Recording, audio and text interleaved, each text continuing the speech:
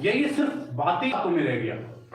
देखिए, दो तरह की मसीहत है। एक पूरी दुनिया के अंदर प्रचलित मसीहत है और एक सच्ची मसीहत है गहराई के अंदर, जिसमें हम कौन से जीवन की तैयारी करें। देखिए, परमेश्वर का सच्चा सुसमाचार अनंतकालीन जीवन की तैयारी है और कोई दूसरा सुसमाचार नहीं है। और संपन्नता का सुसमाचार और चंगाई का सुसमाचार परमेश्वर का सुसमाचार नहीं। जैसे सूट के साथ दुपट्टा फ्री है ना, इसी तरह चंगाई और संपन्नता फ्री में मिलने वाली चीज है। आमीन। सच्चा सुसमाचार क्या है? सच्चा सुसमाचार हमें अनंतकालीन जीवन की तैयारी कराता है। और तैयारी कहाँ चल रही है? यहाँ वो तैयारी चल रही है इस धरती के ऊपर, है ना। और हम कौन सी तैयारी कर रहे हैं? और अगर क्या हम वहां जा पाएंगे? देखिए, हम लोग सब लोग स्वर्ग जाना चाहते हैं, स्वर्ग जाना चाहते हैं ना, यही तो तैयारी है मेन। तो शैतान तो पहले से ही स्वर्ग में था, वहां से वो निकाल दिया गया कारण पाप और बुराई, अनाज्ञाकारिता। परमेश्वर पिता ने अपने अदन के बागीचे से आदम और हव्वा को निकाल दिया कारण पाप और बुराई, अनाज्ञाकारिता। परमेश्वर पिता ने नूह के समय में पूरी पृथ्वी को विनाश कर दिया कारण पाप और बुराई।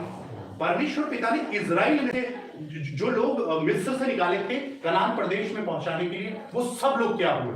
नाश हुए कारण अनाज्ञाकारिता, पाप और बुराई, आज्ञा का उल्लंघन करना, है ना। परमेश्वर ने अपना चरवाहा करके, राजा करके ठहराया शाऊल को। शाऊल ने अपना भाग खो दिया। किसकी वजह से?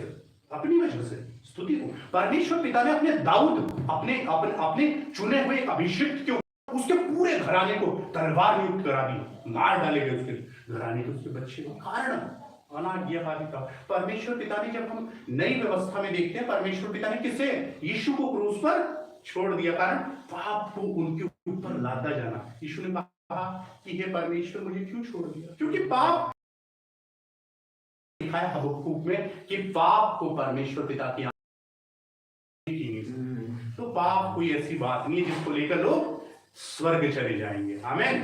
अभी देखिए, आज मसीह लोगों के जीवनों में, जिनके ऊपर आनंद और शांति जिनके जीवनों में होनी चाहिए, तो उनके जीवनों में क्या है? आप 33 वचन पढ़िए, आपको पता चलेगा।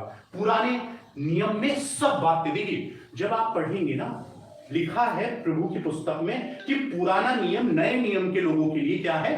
दृष्टांत है। प्रभु के दास दासियों, बड़ी उम्मीद के साथ, बड़ी आशा के साथ हम इन तमाम मनन को कर रहे हैं। देखिए, मैं परमेश्वर का एक अनुग्रह से उसका दास होने के नाते, होली मिनिस्ट्री के नाम से हमारी सेवा है। हम जगह परमेश्वर के दासों के साथ इन तमाम टीचिंग सेशंस को करते हैं। हम लोग जगह जगह कलीसियाओं को प्लांट कर रहे हैं और उस दिन की तैयारी कर रहे हैं। उस दिन पूरी कोशिश कर रहे हैं कि हमारे बहन भाइयों के ऊपर, जिनके ऊपर जिम्मेदारी, के मनन करें कि सचमुच जो काम हमें दिया गया वो हो भी रहा है या नहीं हो रहा है। तो बातें करने वाली मसीहत से बाहर आने के लिए प्रभु की इच्छा है, क्योंकि परमेश्वर ने आप जीवंत जीवन देने के लिए चुना है। आमीन, आमीन, स्तुति जी। हम लोग पढ़ेंगे 33वां वचन। देखिए, आप बड़ी गंभीरता से। तब उसने उनके दिनों को जी व्यर्थ श्रम में जी और उनके वर्षों को घबराहट में कटवाया।